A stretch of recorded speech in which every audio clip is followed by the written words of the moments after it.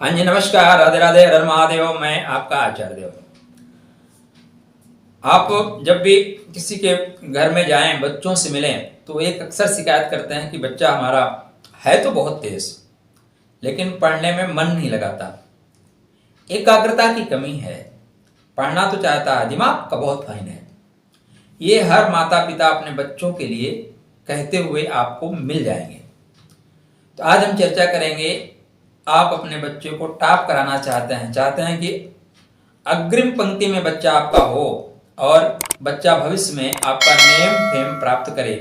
Education के माध्यम से जो चीज़ें आप जीवन में प्राप्त नहीं कर पाए, अपने बच्चों को प्राप्त कराना चाहते हैं, वो आपके लिए उपाय।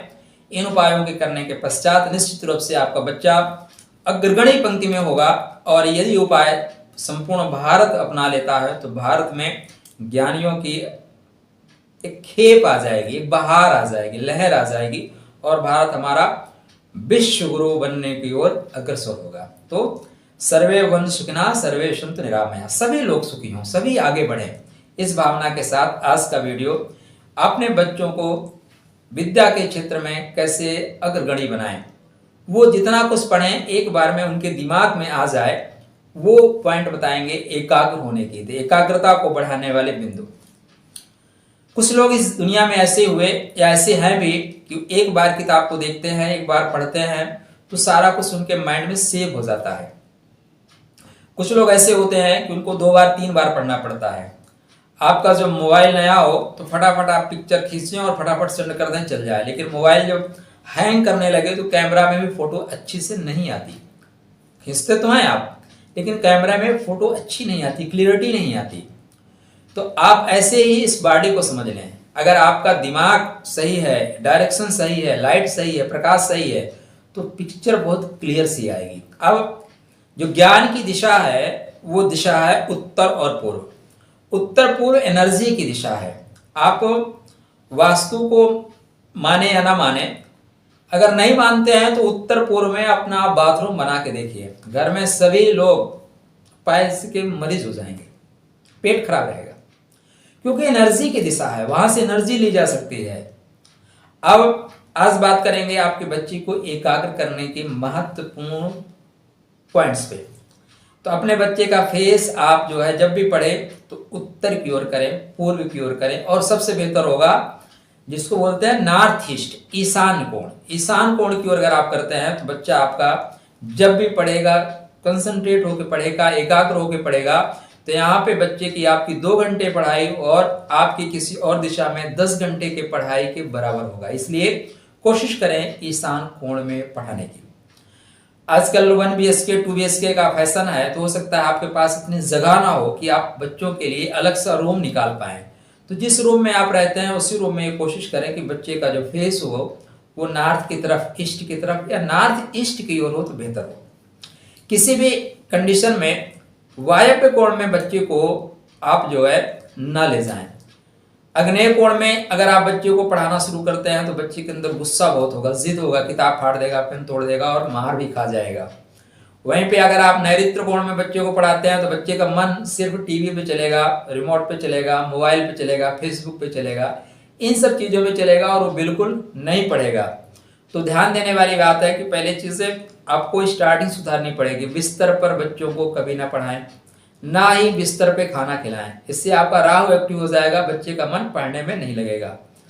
अगर आप टेबल कुर्सी अरेंज कर सकते हैं तो टेबल कुर्सी पे बच्चे को पढ़ाना सिखाइए।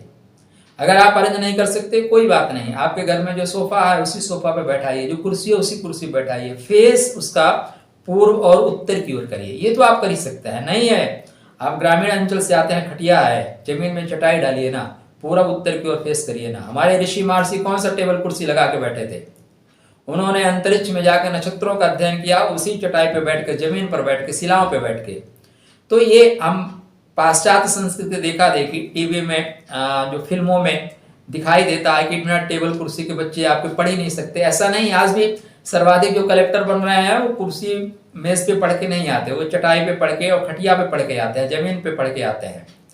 तो आप कोशिश करें कि अगर आपके घर में जो भी व्यवस्था है आप उन व्यवस्थाओं में बच्चों को अच्छा प्रदान करने की कोशिश करें। तो साउथ में फेस बिल्कुल नहीं होना चाहिए, बच्चे का मन नहीं लगेगा।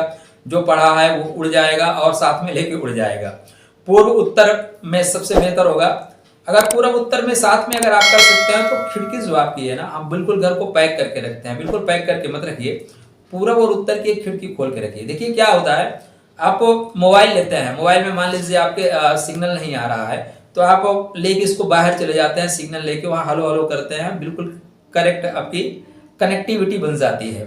तो उसी तरह जब आप बाहर से रेज आती रहेगी तो आपकी कनेक्टिविटी बढ़िया बनती रहेगी, क्योंकि हमारे जो ग्रह हैं वही तो हमें हमारे माइंड में मेमोरी को सेट करते हैं।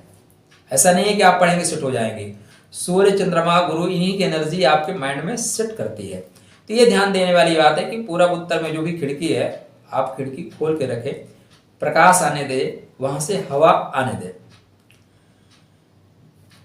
संभव है तो बच्चे के सामने एक पेंडुलम वाली घड़ी रखें, पेंडुलम वाली। ये बच्चे को चलते रहने की प्रतीक है। चरय वेद निरंतर प्रयास करते रहो। बच्चे के टेबल कुर्सी पे एक गणेश सरस्वती जी की प्रतिमा रखें। गणेश जी नृत्य करते हुए ना हो, गणेश जी एक पैर पे चलते हुए ना हो। गणेश जी चूहे पे सवारी करते हैं, चूहे का अपना वाहन बना रखें। कभी सोचा आपने क्यों? क्योंकि चूहा जो है बहुत चंचल है। चूहा एक जगह नहीं रुकता, अभी यहाँ है 2 सेकंड बाद कहीं और। आप अपने घर में पकड़ नहीं सकते उसको, इतना द्रुत गति से भागता है। तो जो बच्चों का मन है ना वो चूहे जैसा भागता है। तो उस पर गणेश जी को बैठा देंगे तो चूहा स्थिर हो जाए, गणेश के सामने बैठे रहता है, घूमता नहीं। तो गणेश की प्रतिमा आपके बच्चे की मन को स्थिरता प्रदान करेगी। जो विद्या की देवी है सरस्वती, उनके साथ उनको स्थापित करें, लेकिन एक पैर पे वह नृत्य करते हुए ना हो। नहीं, आपका बच्चे का मन बीच बीच में नृत्य करने का होने लगेगा। साउथ ईस्ट में या साउथ में कभी भी बच्चे को पढ़ाने की कोशिश ना करें, इससे बेहतर है ना पढ़े, क्योंकि यहाँ का जो फेसिंग है वो कुंठा दे देगा, लड़ाकू बना देगा। अब एक और बात ध्यान देना है। देखिए, हम जब सोने की बात करते हैं तो जो हमारे कपल हैं, माने पति पत्नी जीवन साथी, तो उनको हम कहते हैं कि उनका जो है सिर दक्षिण की ओर हो, पैर उत्तर की ओर हो। लेकिन बच्चों को अगर सिर आप पूर्व की ओर करते हैं, पैर पश्चिम की ओर करते हैं और सूर्य के उदित होने के पहले उनको जगा देते हैं, तो ये उनके बेहतर भविष्य के लिए होगा। उनकी एकाग्रता बहुत बेहतर हो जाएगी। जो आपने पढ़ाई के लिए जगह बना रखी है उस कमरे का कलर बहुत डार्क नहीं होना चाहिए, हल्का हरा, हल्का पीला, सफ़ेद इत्यादि करें। जो आपकी स्टडी टेबल है उस पर एक पीले कलर का कवर चढ़ा के रखें या एक पीला कपड़ा बिछा कर रखें। ये भी बच्चे को एकाग्र होने में सहयोग प्रदान करेगा। आजकल मार्केट में बहुत से टेबल मिल रहे हैं तरह तरह के, तो बच्चे को जो गोलाकार या अंडाकार टेबल होता है वो ला के ना दें, चौकोर आयताकार ही ला के दें, वो बेहतर रहेगा। मार्केट में आप जाएंगे तो बहुत से कलर मिल जाएंगे और इनका कलर सफ़ेद हो, हल्का पीला हो, हल्का हरा भी चलेगा, लेकिन किसी भी कंडीशन में लाल, काला, गाढ़ा नीला इत्यादि ना हो। ये बच्चों को जो आप पढ़ा रहे हैं तो ध्यान दें कि बच्चे बीम के नीचे, ऊपर एक बीम बनती है ना, बीम के नीचे ना पढ़ रहे हो या सीढ़ियों के नीचे ना पढ़ रहे हो, उनके ऊपर प्रेशर ना हो। बच्चों को दीवार से बिल्कुल सटा के ना पढ़ाएं, दीवार से थोड़ी सी गैप रखें। अगर आपकी खिड़की खुली है, खिड़की पे खिड़की के बाहर आवागमन की स्थिति नहीं बन रही है, तो खिड़की खोल के रखें, बाहर की एनर्जी को आने दें। देखिए होता क्या है, एक बंद कमरे में ना आपकी रस्सियां टूट जाती हैं। वहीं पहले हमारे गुरुकुल कहाँ होते थे, बिल्कुल प्रकृति के आंचल में होते थे, इसीलिए बच्चों की एकाग्रता बहुत अच्छी थी। आज हम प्रकृति से बहुत दूर हो गए हैं, तो प्रकृति के साथ रहिए। वृक्षों की अगर वृक्ष दिखाई दे रहे हैं, हरे वातावरण दिखाई दे रहे हैं, तो उनको बच्चा देखेगा ना, उनकी आंखों को शीतलता मिलेगी। तो सामने भी आप ऐसे चित्र लगा सकते हैं, ठीक है ना, ज़्यादा बेहतर होगा। माता सरस्वती की, गणेश जी की फोटो लगाएं। गुरु विद्या के कारक हैं। अपने बच्चे के मस्तक पे, कंठ में, नाभि में 42 दिन लगातार हल्दी जो आती है खड़ी वाली, उसको पीस के उसका तिलक करें। आप देखेंगे बच्चे की एकाग्रता बहुत अच्छी हो जाएगी। ये कुछ ऐसे उपाय जिनको करने से आपका बच्चा अग्रगण्य श्रेणी में खड़ा होगा। आपके घर के बच्चे टॉपर बन सकते हैं, आपके घर के बच्चे एजुकेशन के माध्यम से जिला अधिकारी बन सकते हैं, अच्छे डॉक्टर बन सकते हैं, अच्छे इंजीनियर बन सकते हैं। आप सब लोग इन टिप्स को अपनाएं जीवन में, ये निश्चित रूप से लाभ देने वाले हैं। आप लोग ऐसा करके स्वतः का और भारत का विकास करेंगे। अगर हमारे बच्चे मजबूत होते हैं तो हमारा राष्ट्र मजबूत होगा, हम विश्व में विश्व गुरु बनने की ओर अग्रसर होंगे। तो हमारी आपकी यात्रा अपने बच्चों के साथ भारत के विकास की है। इसलिए अभी तक यदि आप हमारे चैनल को सब्सक्राइब नहीं किया, चैनल को सब्सक्राइब करिएगा, क्योंकि कृतज्ञता होना जीवन में बहुत आवश्यक है। हमने आपको इतनी सारी चीजें इकट्ठा करके दी, तो आपकी कृतज्ञता बनती है कि आप हमारे चैनल को सब्सक्राइब करें, सपोर्ट करें। कृतज्ञ बनने का कोई फायदा नहीं। चलिए, आपके लिए, आपके बच्चों के लिए मंगलमय शुभकामना। राधे राधे।